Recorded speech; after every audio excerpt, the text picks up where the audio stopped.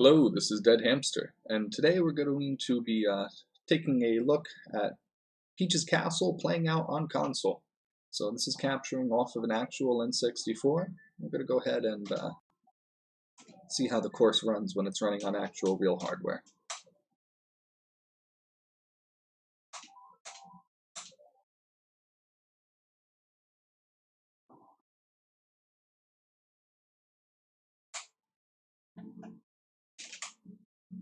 Oh, that's not right. Interesting. No, this isn't right at all.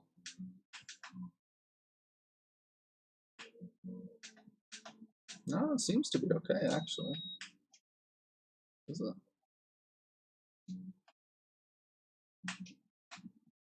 Everything's rendering fine, but why is that face? That was not corrupted back on the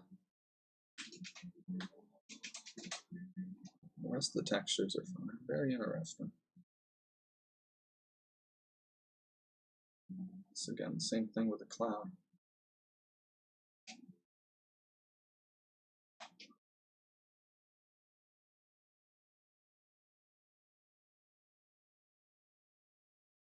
Very weird. It's displaying the cloud texture instead of the road. Very weird.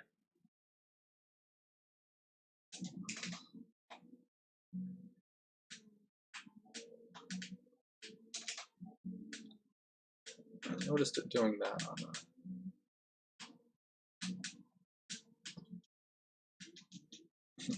it's worth a shot.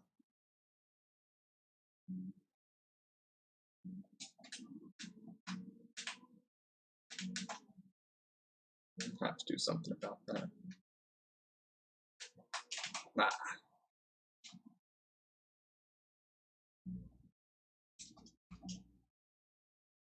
This really upsets me. I was hoping that wouldn't be like that. It wasn't on the emulator, so I'm not sure why it is here. So we'll have to look into that a bit more.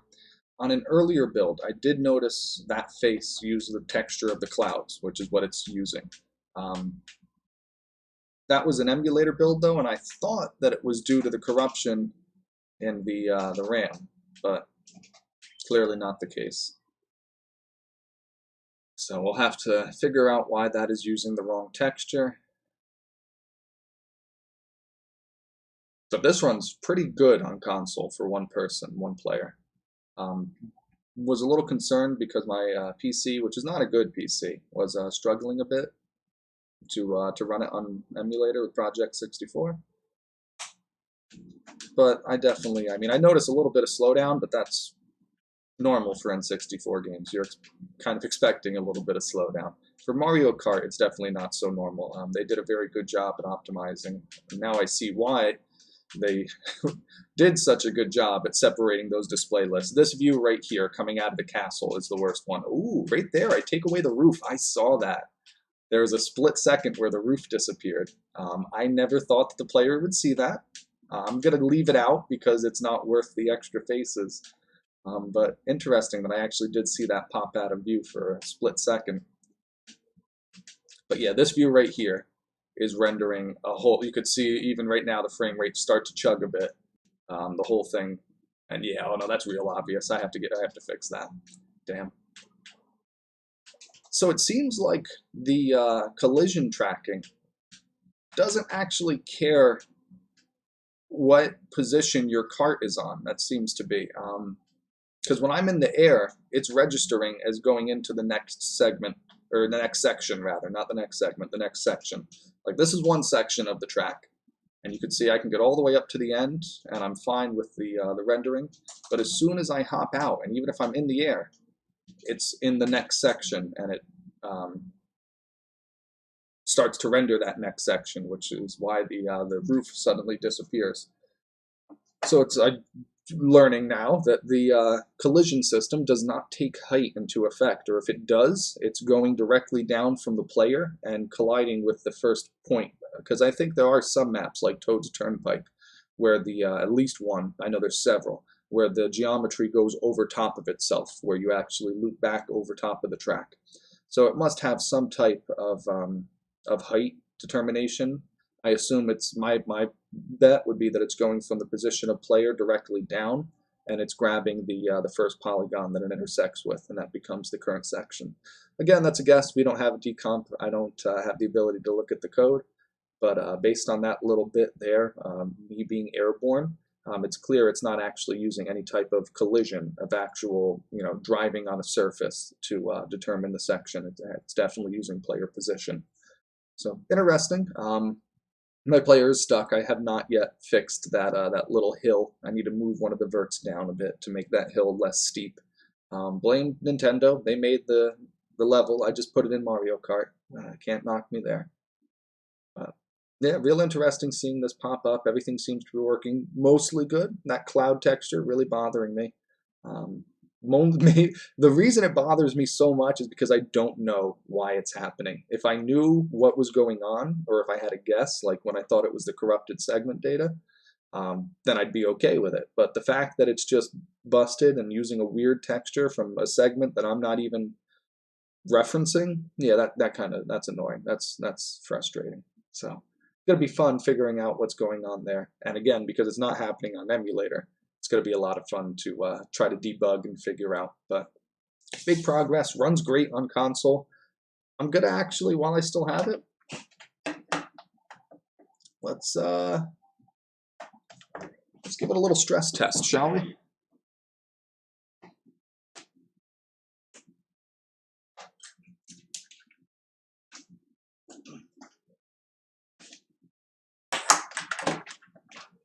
Let's see how this goes.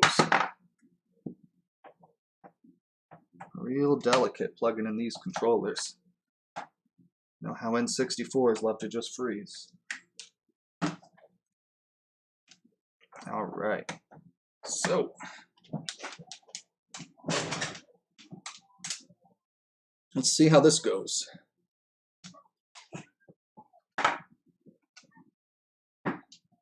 Oh God, just go to.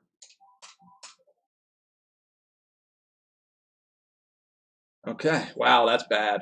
That's so bad. Look at it. Oh my God.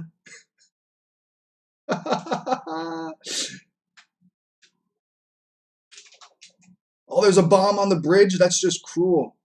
That's messed up. What is this? All right, so I mean what is this? Oh, it's so bad. It's so bad. Wow, there's a lot of bombs. A lot of bombs on this course. A lot of bombs. Why are there so many?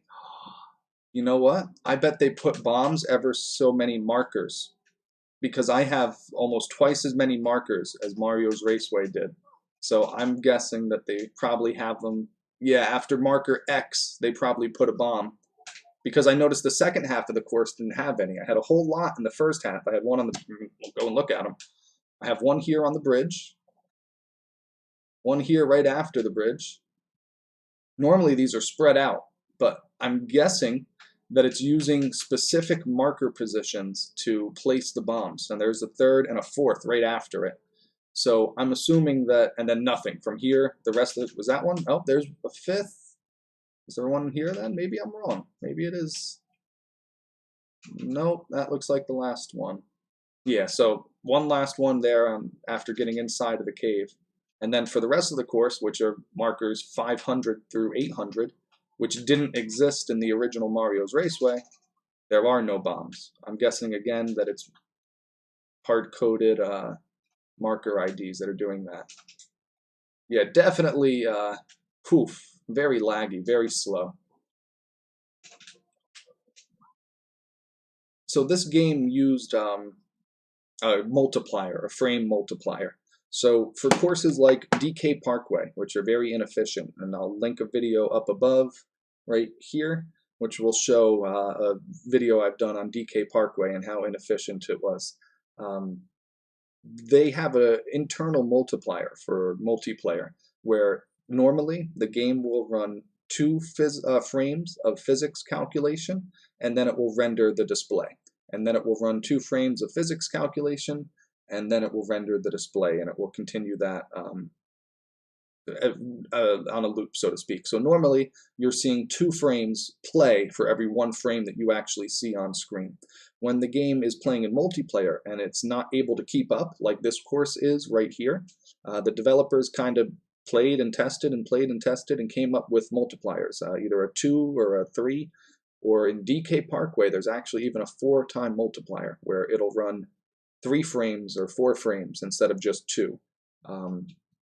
This would make it less laggy. It would appear to be less laggy, even though you're still seeing the same number of visual frames rendered to your screen. The physics is running more often in the background to compensate, and so the feel of the characters moving around the track is more accurate or closer to a standard 1-player without lag. There's no type of lag compensation really that they could have worked in, so this was their rough method of handling it, which is why on a lot of emulators you have issues with the frame rate. There's actually a special GameShark code that will hard cap to always be 2 frames per second for emulators, but for original consoles there's a lot of struggling that the console has to render some of these courses. So this is a very complicated course. It's very high triangle counts, so definitely needed that multiplier for multiplayer, because without it you can see the frame rate definitely struggles. I mean, this is not a standard speed. I'm definitely running in slow motion, and I can noticeably feel the difference in gameplay as I'm driving around the course here. So something I'll have to try to maybe look into and figuring out how to maybe put a value for each designer can set their own multiplier and have that applied to the RAM when the course loads. That'll probably be something to look into for future builds and make multiplayer a bit more viable for the console versions. So anyway, thank you guys so much for watching. This is build 0.9.13 running on an actual N64 console. More progress to come. If you want to stay updated on Mario Kart 64, there, he's going to hit that thing, on Mario Kart 64 modding and other custom courses and updates and things that we're working on, please go ahead and click the subscribe link that'll be popping up in a minute. I do cover quite a bit on custom modding that goes on in the Mario Kart community, both by myself and others, and the things that we work on. So if this is something that interests you, go ahead and click subscribe. And I do want to thank everybody again for their interest in this content. It's definitely nice to know that there are other people out there who enjoy seeing the custom levels and the different things that we're doing with Mario Kart. So again, thank you so much for your support and interest. Cannot tell you how much we appreciate it and how much it means to us. Thank you guys all again. Enjoy the rest of your day and take care.